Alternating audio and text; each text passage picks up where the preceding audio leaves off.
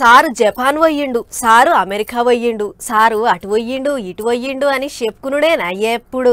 అప్పుడప్పుడు బయటి దేశపోళ్ళను కూడా మన దిక్కు వచ్చేటట్టు చేయాలి.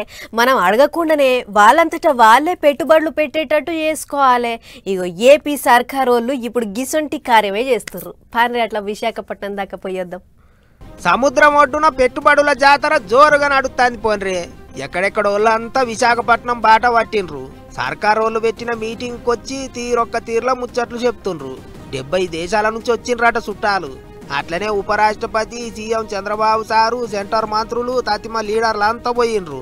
రాష్ట్రాన్ని అన్ని తీర్ల ఎలుగుల చేస్తేందుకు, బయటి దేశాల నుంచి వచ్చిన వాళ్ళతో పెట్టుబడులు పెట్టించేందుకు తీరొక్క తీర్ల మాట ముచ్చట్లు చేసిండ్రు.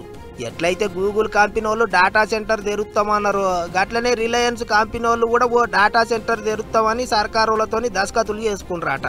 ఇట్లనే ఇంకో కంపెనీ వాళ్ళు కూడా 1,10,000 కోట్ల పెట్టుబడులు పెడతామన్నారట.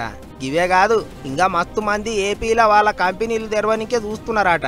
ఇక అట్లుంటే సీఎం సారు మాట్లాడుకుంటా ఏపీలో జల్దిగానే డ్రోన్ ట్యాక్సీలు రాబోతున్నాయి అన్నట్టు మాట్లాడిండు. Government of India is also thinking to promote drones in a big way.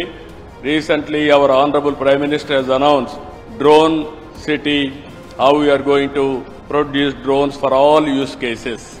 I am assuring you, within 2 years' time, Government of India will permit our Piyush Goyal ji and others.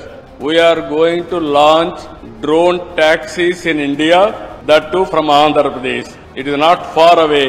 Within 2 years, we will launch. Kurnool జిల్లా ఓర్వకల్లు కాడ 300 ఎకరాలలో drone city కడుతున్నారట. దాంట్లో 40,000 మందికి ఎక్కువనే కొలువులు వస్తాయన్నట్టు చెప్పుకొచ్చిండు sir.